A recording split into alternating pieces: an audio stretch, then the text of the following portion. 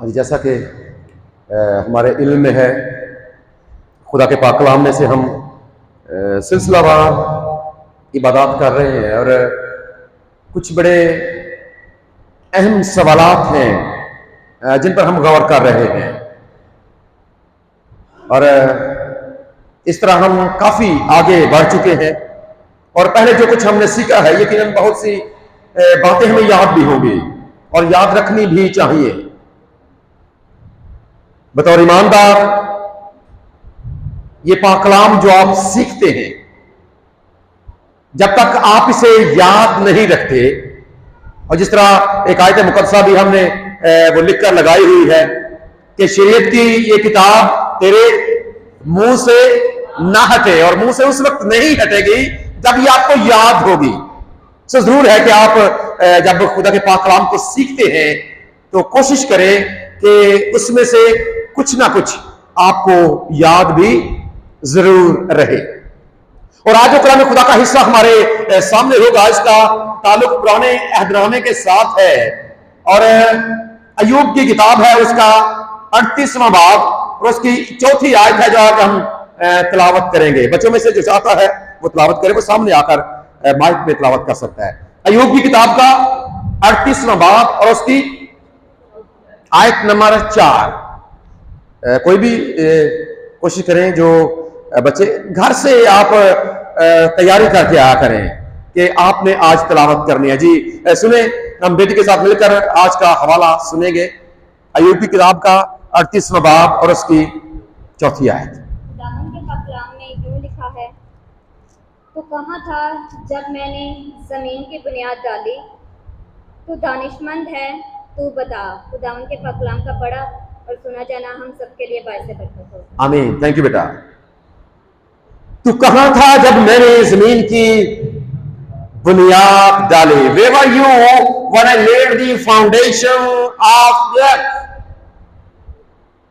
ये एक इंतहाई अहम सवाल है जो उस वक्त खुदा ने अपने बंदे मुकद्दस अय्यूब के साथ किया,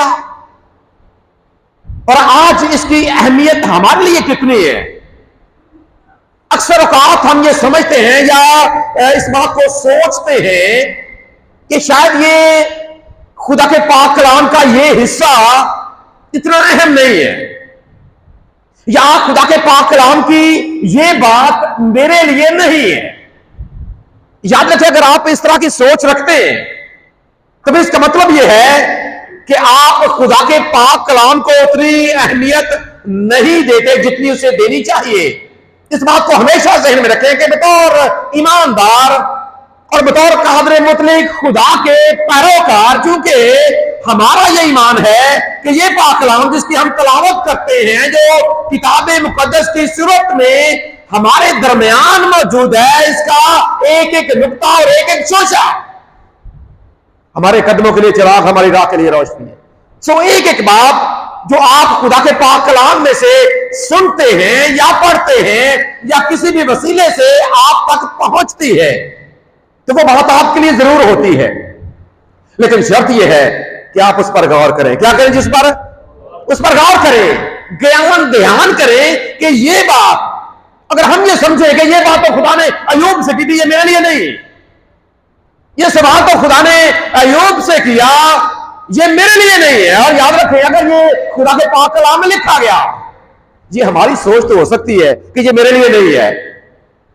बतौर इंसान ये हमारी सोच हो सकती है कि खुदा के पाक कलाम का ये हिस्सा मेरे लिए नहीं है, लेकिन जब आप बतौर ईमानदार इस पर गौर करेंगे तो फिर आपको ये समझ आएगी कि वाकई पाक कलाम का ये हिस्सा आपके लिए भी जरूर है।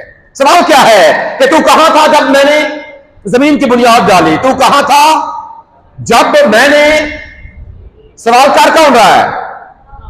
कादर मुतलक खुदा अपने बंदे मुकद्दस अय्यूब के साथ कलाम कर रहा है, और कलाम करते वक्त उसने ये सवाल अपने बंदे के सामने रखा है।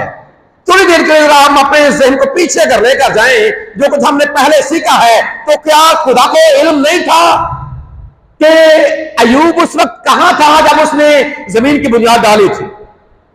खुदा को पता था कि नहीं था? जी, खुदा को पता था कि अय्यूब उस वक्त अभी पैदा नहीं हुआ था, खुदा को इल्म था, लेकिन इसके बावजूद खुदा ने उससे ये पूछा, और पूछने का एक खास मकसद था।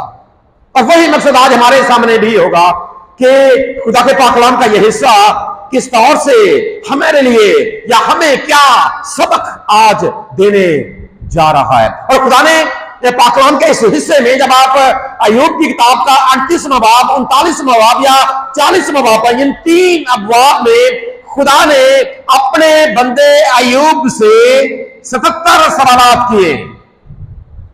77 क्वेश्चंस गॉड आस्क्ड। खुदा ने 77 सवालात किए, और ये सवालात मुख्तलिफ हवालों से थे।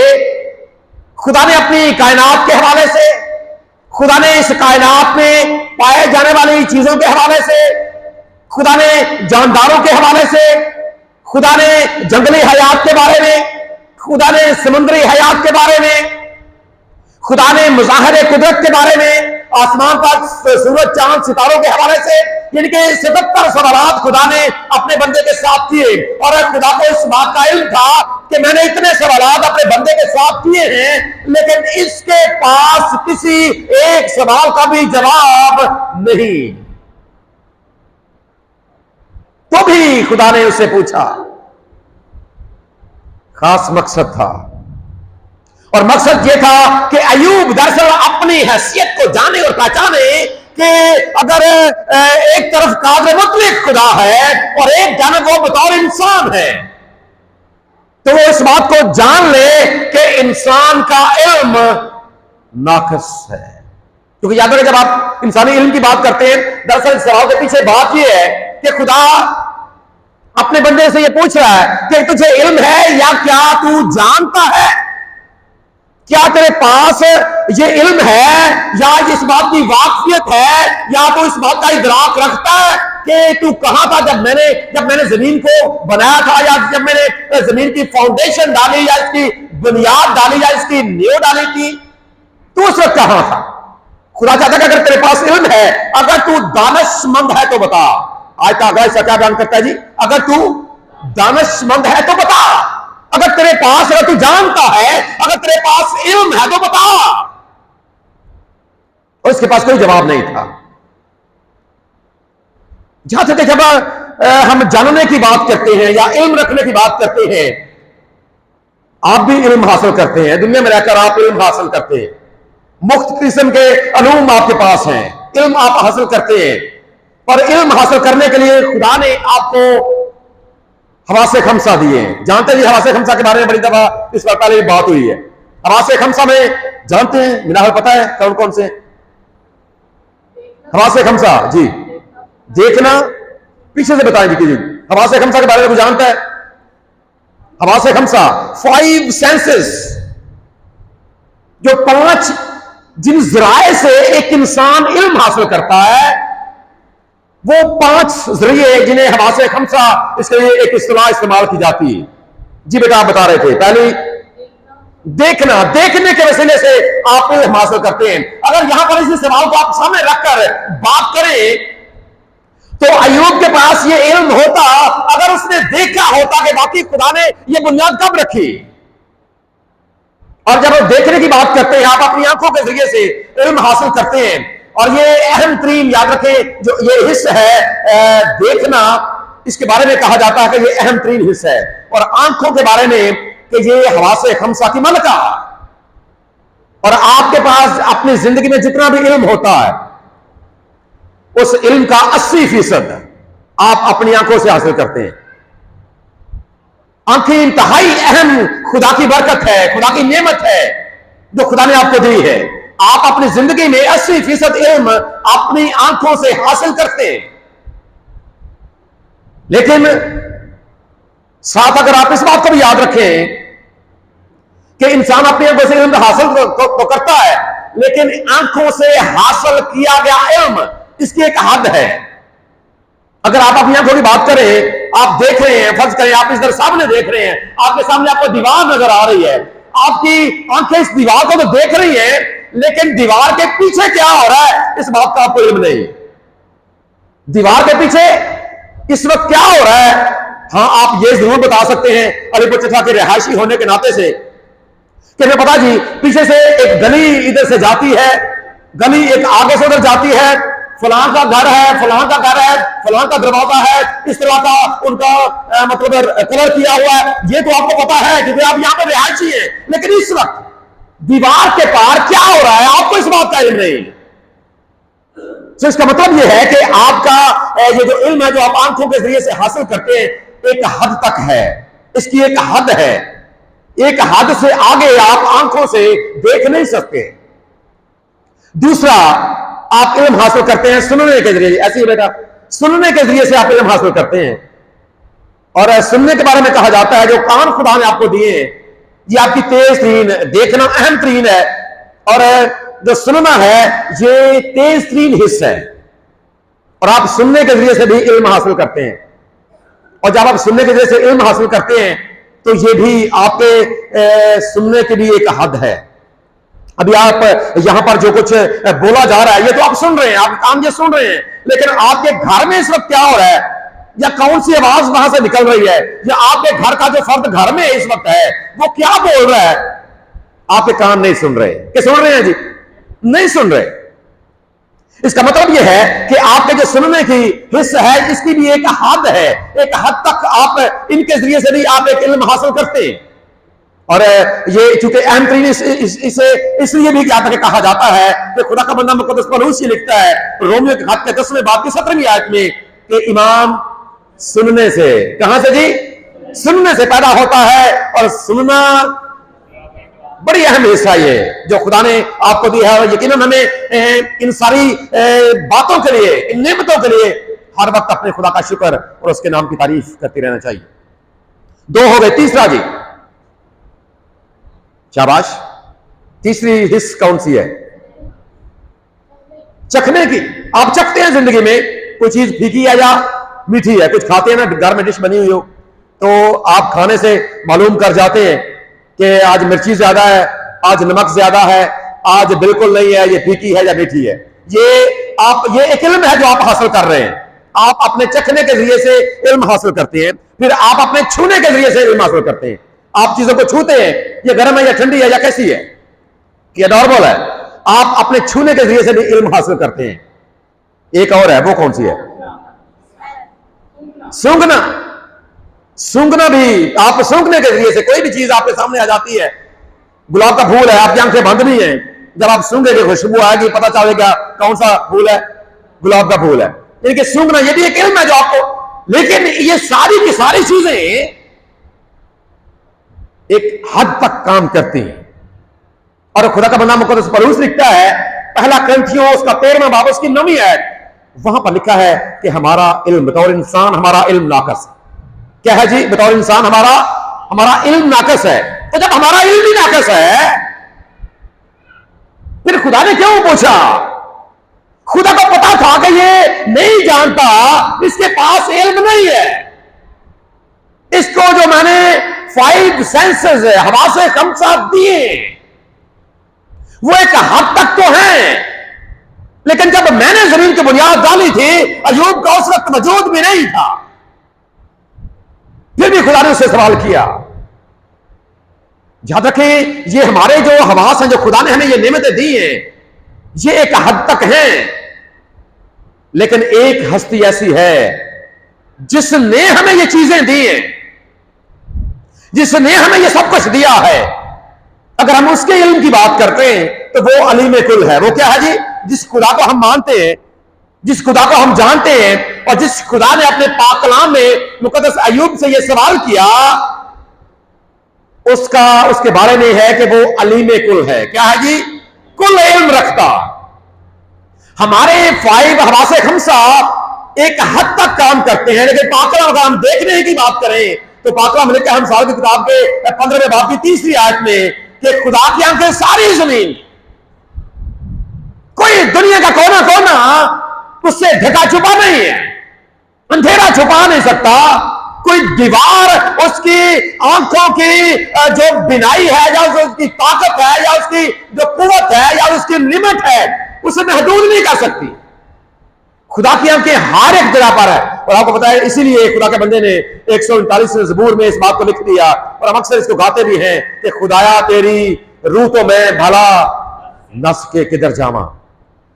खुदा हर किस्म का इल्म और सारे का सारा, जब से ये कायनात बनी, सारे का सारा इल्म। और याद रखें अगर इंसान कोशिश करता भी है अपने हवासे खमसा की वजह से या अपने कोई और जराए लगाकर, अगर एक इंसान कोशिश भी करता है, और इसके मुतालिक खुदा का बंदा लिखता है, जरा एक हवाला निकालेंगे, वाइज की किताब जरा निकालें बच्चों, वाइज की किताब का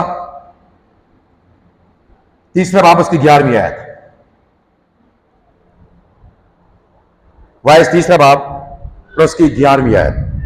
शाबाश, कोई भी जो पहले निकाले वो इस हवाले को पढ़ दे जी। खूब बनाया है जी,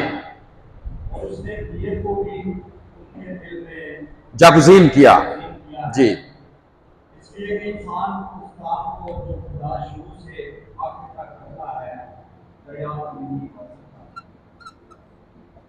दरियाफ्त नहीं कर सकता। क्या कर सकता है जी? इंसान वो काम जो खुदा शुरू से करता है, इंसान उसको दरियाफ्त, ये एक फैसला है जो खुदा के बंदे, और ये अक्लमंद तरीन इंसान है दुनिया का जिसने ये बात लिखी। मुकद्दस सुलेमान ने इस बात को लिख दिया उस दानाई की बदौलत जो खुदा ने उसे दी, कि इंसान उस काम को जो खुदा शुरू से करता रहा है, इंसान के बस की बात नहीं है कि वो उसको दरियाफ्त कर सके। और इस बात को भी हमेशा अपने सामने रखे कि इंसान के पास जो इल्म होता है, इंसान उसे दो जराए से उनका इस्तेमाल करके इंसान जो है वो अपना इल्म हासिल करता है। एक जरिया साइंस है और एक मजहब है। ऐसी चीजों के बारे में इंसान जब बात करता है तो उसके पास ये दो जरिए हैं जिनके जरिए से वो अपना इल्म हासिल करता है। पहला जरिया साइंस का है। अब जब हम साइंस के नजरिए को लेकर हम जमीन की बुनियाद के बारे में बात करें कि साइंस इसके हवाले से क्या सिखाती है, साइंस जमीन की बुनियाद के बारे में हमें क्या सिखाती है या क्या बताती है, कोई बता सकता है इसके हवाले से? कोई साइंसी नजरिया किसी के इल्म में हो? जी शाबाश। बिग बैंग थ्योरी, शाबाश, बेसिकली तालियां होनी चाहिए, शाबाश। बिग बैंग एक बहुत बड़ी जबरदस्त थ्योरी है जो पेश की गई, बिग बैंग थ्योरी जी। इसके मुताबिक क्या बेटा? धमाका हुआ था, सारे प्लैनेट अलग, पहले एक था, एक मादा था, इंतहाई गर्मी की वजह से, इंतहाई उसके गर्म होने की वजह से एक जोरदार धमाका हुआ और जो सारी जो कायनात है ये बन गई। ऐसे बेटा ये बिग बैंग थ्योरी है जो पेश की जाती है, लेकिन इसके टाइमिंग के हवाले से आपको इल्म हो कि टाइमिंग जो है ये क्या बताती है? जो बिग बैंग थ्योरी है, 4500 मिलियन ईयर्स, तकरीबन ये 4000 की बात करें, 4000 से 5000, लेकिन आमतौर पर यह भी कहा जाता है कि 10 से 12 अरब साल, 10 से 12 अरब साल पहले ये एक धमाका हुआ। इस धमाके की बदौलत, इस धमाके की बदौलत ये कायनात मार से वजूद में आ गई। इस बात को भी हमेशा, थैंक यू बेटा जी, थैंक यू सो मच, इस बात को भी हमेशा अपने सामने रखें कि साइंस अपने नजरिए पर, अगर आप साइंस की तारीख को सिर्फ आप इसी हवाले से, आप इस कायनात के वजूद के हवाले से जब आप बात करते हैं तो मुख्तलिफ नजरियात, ये सबसे मकबूल नजरिया जरूर है, इस बात को हमेशा से ज़हन में रखें कि सबसे ये मकबूल नजरिया जरूर है बिग बैंग की जो थ्योरी है, जो बिग बैंग का जो नजरिया है सबसे मकबूल जरूर है, लेकिन ऐसा नहीं है कि इसके अलावा कोई नजरिया नहीं। इसके अलावा बहुत से नजरियात हैं जो साइंसी एतबार से या अपने दलाल की वजह से बहुत सा वजन रखते हैं, और भी बहुत से नजरियात हैं। और इसके अलावा जब हम साइंसदानों की बात करते हैं तो वक्त गुजरने के साथ साथ एक नजरिया आया, अगले साइंसदान ने कुछ सदियों के बाद एक नया नजरिया पेश कर दिया, फिर एक ने नया नजरिया पेश कर दिया, फिर एक ने नया नजरिया पेश कर दिया। लेकिन किसी भी साइंसी नजरिए को, यह बात हमेशा अपने ज़हन में रखें बतौर ईमानदार, कि किसी भी साइंसी नजरिए को हतमी नहीं कहा जाता। किसी भी नजरिए को ये हतमी फैसला नहीं है। ये मकबूल नजरिया जरूर है कि अरबों साल पहले एक धमाका हुआ और धमाके की बदौलत ये सारी कायनात मार कर वजूद में आ गई। चले हम साइंस की बात, चूंकि ये मकबूल नजरिया है, बेटी ने बात कर ली है।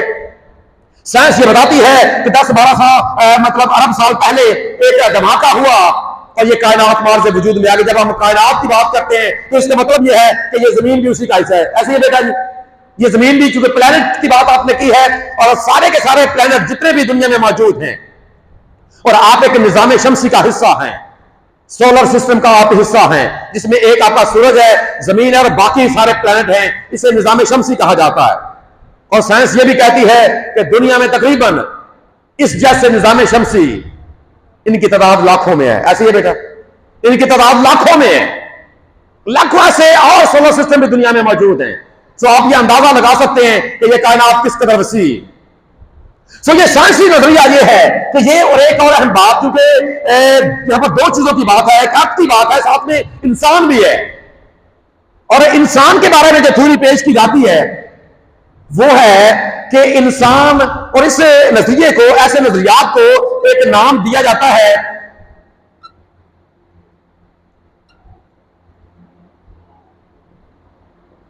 यूनिफॉर्मिटेरियनिज्म, यानी कि नजरिया तसलसल भी आप इसे कह सकते हैं, नजरिया तसलसल। और इसके बारे में यह बयान किया जाता है कि जो इंसान है ये पहले इंसान नहीं था। जो इंसान है ये पहले इंसान क्या था? बोले जरा, उन आपने अपने हंसी की पहला। साइंस क्या कहती है कि आप पहले इंसान, कायनात के बारे में ये कहा गया कि ये तो धमाका हुआ, मार से वजूद में आ गई, लेकिन जो इंसान है वो पहले इंसान नहीं था। क्या था? बोले जरा, क्या था? समझ नहीं आई, मैं ऊंचा सुनता हूं। हैवान था। कौन सा हैवान?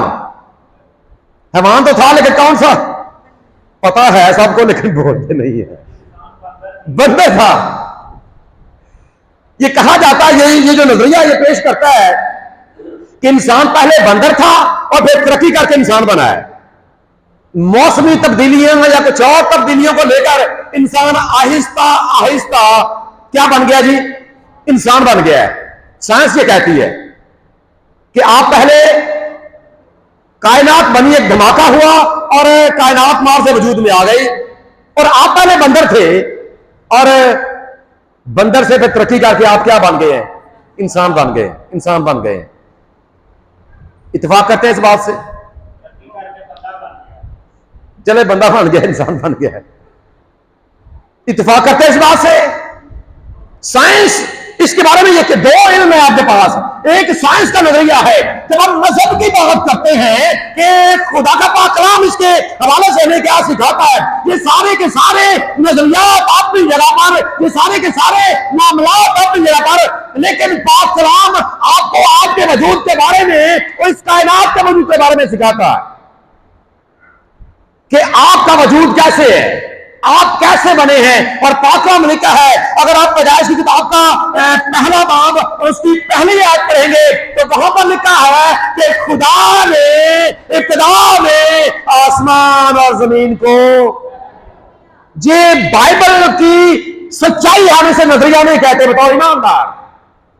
साइंसी नजरिया तब्दील होते रहते हैं, लेकिन किताब मुकद्दस की एक सच्चाई है जिसे आहिस्ता आहिस्ता, इस बात को भी याद रखें कि साइंसदानों ने अब तस्लीम करना शुरू कर दिया है कि चूंकि साइंस तब्दील होती रहती है, लेकिन एक बात जो तब्दील नहीं होती वो किताब मुकद्दस की सच्चाई है कि खुदा ने इब्तिदा में आसमान और जमीन को पैदा किया। और इस इब्तिदा के बारे में कोई कुछ नहीं कह सकता कि ये कब हुई। साइंस अंदाजा जरूर लगाती है, लेकिन पता नहीं है, इसलिए कि हमारा इल्म नाकस है, इसलिए कि हम इंसानों का जो इल्म है ये क्या है? नाकस है। हम सब कुछ जान ही नहीं सकते। ये बाइबल मुकद्दस का फैसला है कि खुदा ने इब्तिदा में पैदा करने के धमाके से नहीं, खुदा ने एक तरतीब के साथ पहले दिन क्या बनाया, दूसरे दिन क्या बनाया, तीसरे दिन क्या बनाया, चौथे दिन खुदा ने क्या बनाया, पांचवें दिन खुदा ने क्या बनाया, छठवें दिन खुदा ने क्या बनाया, और फिर सातवें दिन को आराम करके खुदा ने बरकत दी। ये बाइबल मुकद्दस हमें सिखाती है। ये कायनात के हवाले से खुदा ने इब्तिदा में बनाया, और ये जो इब्तिदा है, याद रखें, ये एक वक्त के बारे में है। एक वक्त बयान किया जाता है कि एक वक्त की इब्तिदा था जब ऐसा खुदा ने काम किया। लेकिन कितने 100 साल पहले, कितने 1000 साल पहले, कितने अरब साल, ये इसके हमारे पास इसका इल्म नहीं है। और क्यों खुदा ने ये इल्म नहीं दिया? ताकि हम हमेशा उसके, क्योंकि इब्तिदा में सिर्फ एक, और वो सिर्फ और सिर्फ खुदा था। हम उस वक्त नहीं थे, ना तो मुकद्दस अय्यूब था और ना हम थे, ना हमारा जद्द अमजद आदम था। हम उस वक्त नहीं थे। ये तो कायनात के हवाले से है। और दूसरी बात, जब हम इंसानों की बात करते हैं, साइंस ने तो आपको बंदर बना दिया, लेकिन अहम बात यह है, डीएनए के हवाले से बहुत से लोग रखते हैं वाकफियत। डीएनए के बारे में जानते हैं जी? डीएनए, जो इंसानी डीएनए है, जानते हैं? डीएनए मेडिकल के जो लोग हैं जी, ब्लड रिलेशंस का पता चलता है। मेडिकल के हवाले से हमारी बेटी यहां पर बैठी है, जो ब्लड रिलेशन है आपके, ये कभी चेंज नहीं होता। ये क्या होता है जी? कभी देखिए, बहुत सी चीजें जो कई बार कई जो केसेस होते हैं उनमें इसका इस्तेमाल किया जाता है, इसके बारे में कहा, और फिर कंफर्म हो जाता है कि बाकी इस शख्स ने ये सारा मामला किया है। डीएनए ये चेंज नहीं होता। और जब ये चेंज नहीं होता, साइंस कहती है कि आप पहले बंदर थे, अब जो ब्लड बंदर के अंदर है, जब किसी इंसान को जरूरत पड़े किसी खून की, चाहिए ये कि इंसानों का तो बाज़ औक़ात खून नहीं मिलता, चाहिए कि कोई बंदर हलाल करो, ओदा खून ला दो। कभी आपने सुना किसी बंदर का खून लग गया हो किसी इंसान को? तो इसका मतलब क्या है कि साइंस, इसका मतलब क्या है कि साइंस के पास इल्म। अब खुदा की बात क्या है? खुदा की बात यह है, कायनात खुदा ने इब्तिदा में खुद बनाई, और पहला बाब उसकी 28वीं आयत में लिखा है कि खुदा ने इंसान को अपनी छवि और अपनी सूरत में पैदा किया।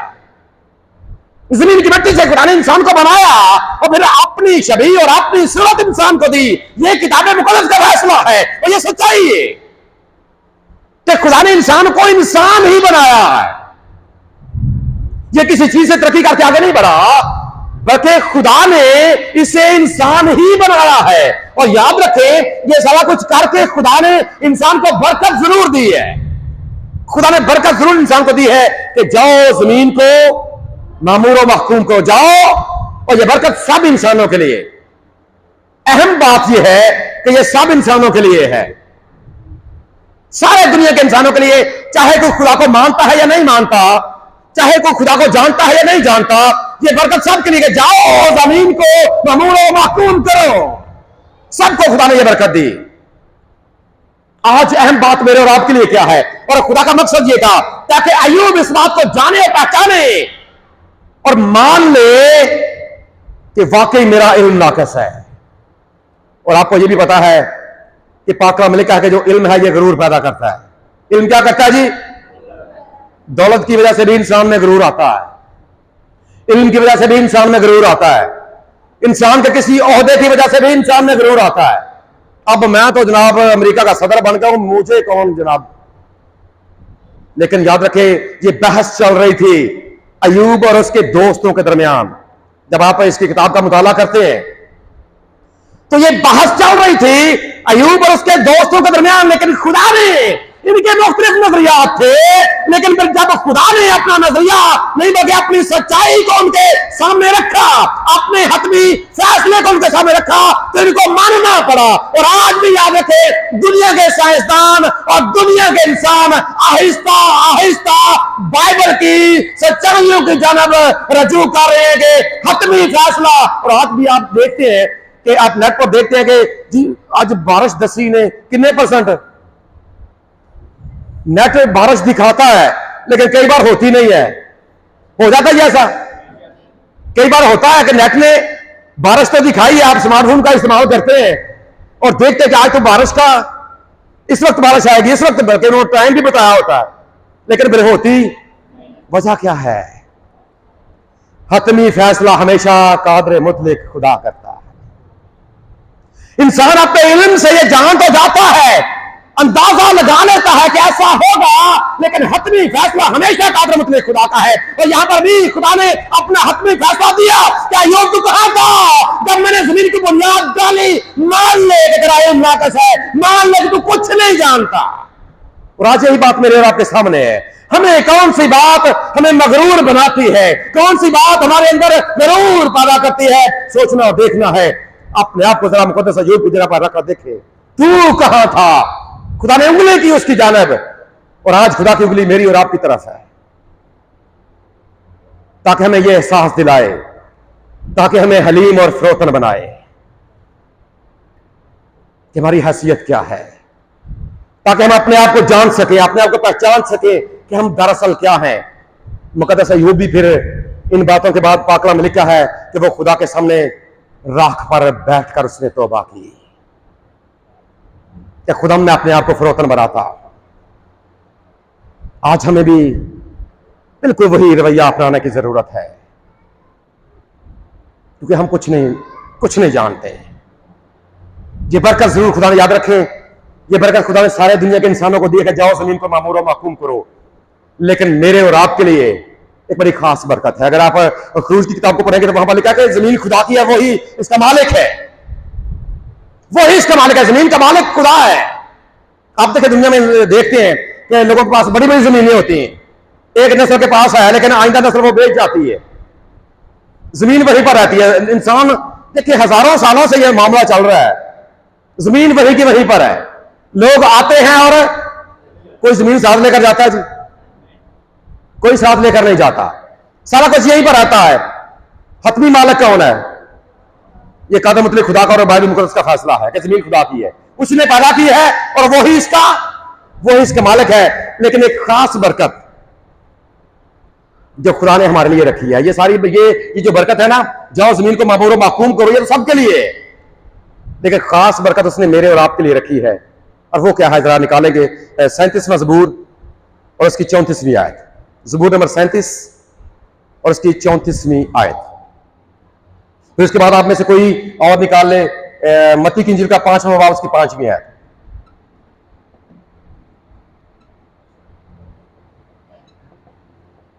जी ज़बूर की किताब कोई निकालिए अगर आपने पढ़े जी, क्या लिखा है वहां पर? और उसी की राह पर चलता है, और वो तुझे सरफराज करके जमीन का वारिस बनाएगा। जमीन का क्या बनाएगा? वारिस बनाएगा। ये किन के लिए है? किन के लिए है? ये ईमानदारों के लिए। वो तुझे क्या करेगा? जमीन का वारिस बनाएगा। जमीन दे वारिस होवनगे, ये ज़बूर अक्सर लोग गाते भी हैं, जमीन दे वारिस होवनगे मुबारक अल्लाह दे। और वारिस याद रखें वो होता है जो विरासत में जो बेटे और बेटियां होती हैं, वही विरसे के मालिक वही होते हैं। विरसे के मालिक हमेशा बेटे और बेटियां होते हैं। अगर आप भी खुदा के बेटे और बेटियां हैं, क्या यकीन है कि आप हैं? उसके इकलौते बेटे के वसीले से यूहन्ना की अंजील के पहले बाब के 12वीं आयत में लिखा है कि जितनों ने उसे कबूल किया उसने उन्हें खुदा के फर्जंद बनने का हक बख्शा। अगर आप भी, हमें यह तो इल्म नहीं है कि जमीन की नींव कब डाली गई, खुदा ने कब ये जमीन ये कायनात बनाई, लेकिन इस बात पर हमारा ईमान जरूर है कि बतौर ईमानदार यीशु मसीह को मानने वाले होने के नाते से हम अपने खुदा के बेटे और बेटियां हैं, और ये जमीन और ये कायनात हमारा विरसा है। बाइबल गारंटी दे रही है ये आपका है सब कुछ, लेकिन शर्त है अगर आप खुदा के बेटे और बेटियां हैं। ये बरकत उस वक्त है, ये सिर्फ बरकत ईमानदारों के लिए।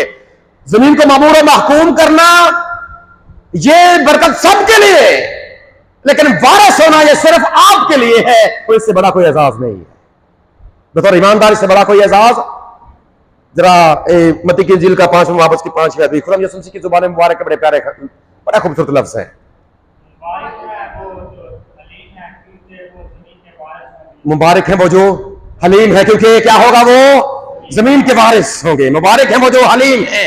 और यहां पर खुदा ने अपने बंदे मुकद्दस अय्यूब को उसकी औकात याद दिलाई कि तू कुछ भी नहीं है। और हलीम का मतलब यह है कि इंसान अपने आप को कुछ ना समझे, अगर आप अपने आप को जीरो बनाते हैं, खुदावंद की हजूरी में अपने आप को लेकर आते हैं कि खुदावंद मेरे पास कोई इल्म नहीं है, बेशक दुनिया के आप सबसे बड़े ओहदे पर फायज हो, और अगर आप अपने आप को हलीम बनाते हो, यीशु मसीह ने यह कहा भी था कि मुझसे सीखो क्योंकि मैं हलीम, उससे बड़ा इख्तियार किसके पास हो सकता है? मुझसे सीखो क्योंकि मैं हलीम हूं और दिल का फरोतन, तो तुम्हारी जाने आराम पाएंगी। अगर जमीन के वारिस बनना चाहते हैं, इस बरकत को हासिल करना चाहते हैं, तो फिर जरूर है कि यीशु मसीह के नमूने को हमेशा अपने सामने रखें।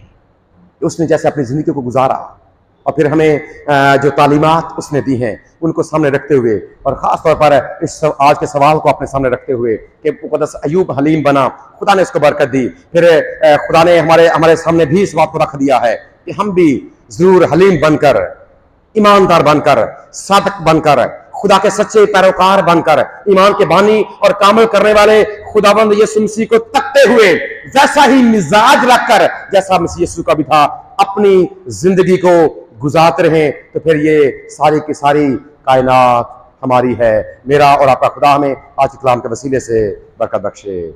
आमीन।